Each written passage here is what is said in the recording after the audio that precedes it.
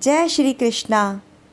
भाद्रपद महीने की कृष्ण पक्ष द्वादशी तिथि को बज बारस का पर्व मनाया जाता है। बज बारस को गोवत्स द्वादशी भी कहते हैं। इस दिन गाय और उसके बछड़े की पूजा की जाती है।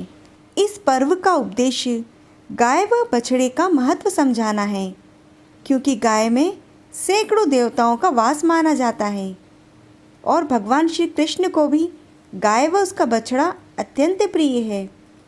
ऐसा माना जाता है कि गाय व बछड़े की पूजा करने से कृष्ण भगवान का और गाय में निवास करने वाले सैकड़ों देवताओं का और गौ माता का आशीर्वाद मिलता है, जिससे परिवार में खुशहाली और संपन्नता बनी रहती है। यह पर्व महिलाएं सुपुत्र प्राप्ति और उसकी मंगल कामना के लिए करती हैं। इस दिन के कुछ नियम हैं जो इस प्रकार हैं। इस दिन गाय का दूध और उससे बने हुए पदार्थों का उपयोग नहीं किया जाता, केवल भैंस के दूध का ही उपयोग किया जाता है और गेहूं तथा इससे बनने वाले खाद्य पदार्थ भी नहीं खाए जाते।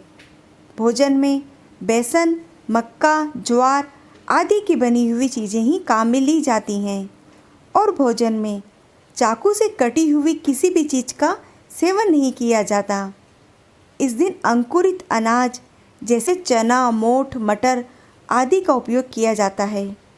इस दिन घरों में विशेष करके बाजरे व मक्का की रोटी बनी जाती है और अंकुरित अनाज की सब्जी बनाई जाती है। आइए सुनते हैं बज बारस की कथा।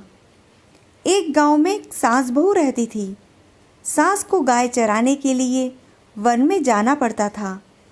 एक दिन उसने बहू से कहा कि आज बज बारस है और मैं वन में जा रही हूँ, तो तुम गेहूँला और मूंगला बना लेना।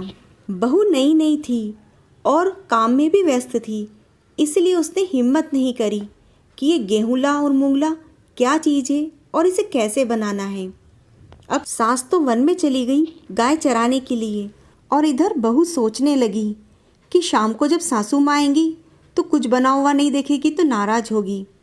बहू को कुछ समझ में नहीं आया, तो उसने दोनों बछड़ों को काटकर हांडी पर चढ़ा दिया और शाम को जब सासू माँ आई तो उन्होंने कहा कि चल बहू, बज बारस की पूजा कर लेते हैं। अब तो बहू को अपनी सारी गलती समझ में आ गई। उसने डरते डरते भगवान से कहा कि हे भगवान, उन दोनों बछड़ों की रक्षा करना। फिर उसने सारी बात सासू माँ को बता दी। यह सुनकर सासू माँ घबराई। फिर उसने कहा कि बहू, ये तूने क्या किया? मुझसे दोबारा पूछ लेती कि क्या बनाना है। फिर उसने बजबारस माता से कहा कि हे बजबारस माँ, मेरी लाज रखना। यदि मैंने सच्चे मन से बजबारस की पूजा करी है तो उन दोनों बछड़ों को सुरक्षित हांडी में से निकाल देना। बस थोड़ी ही देर में दोनों बछड़े सुरक्षित बाहर आ गए।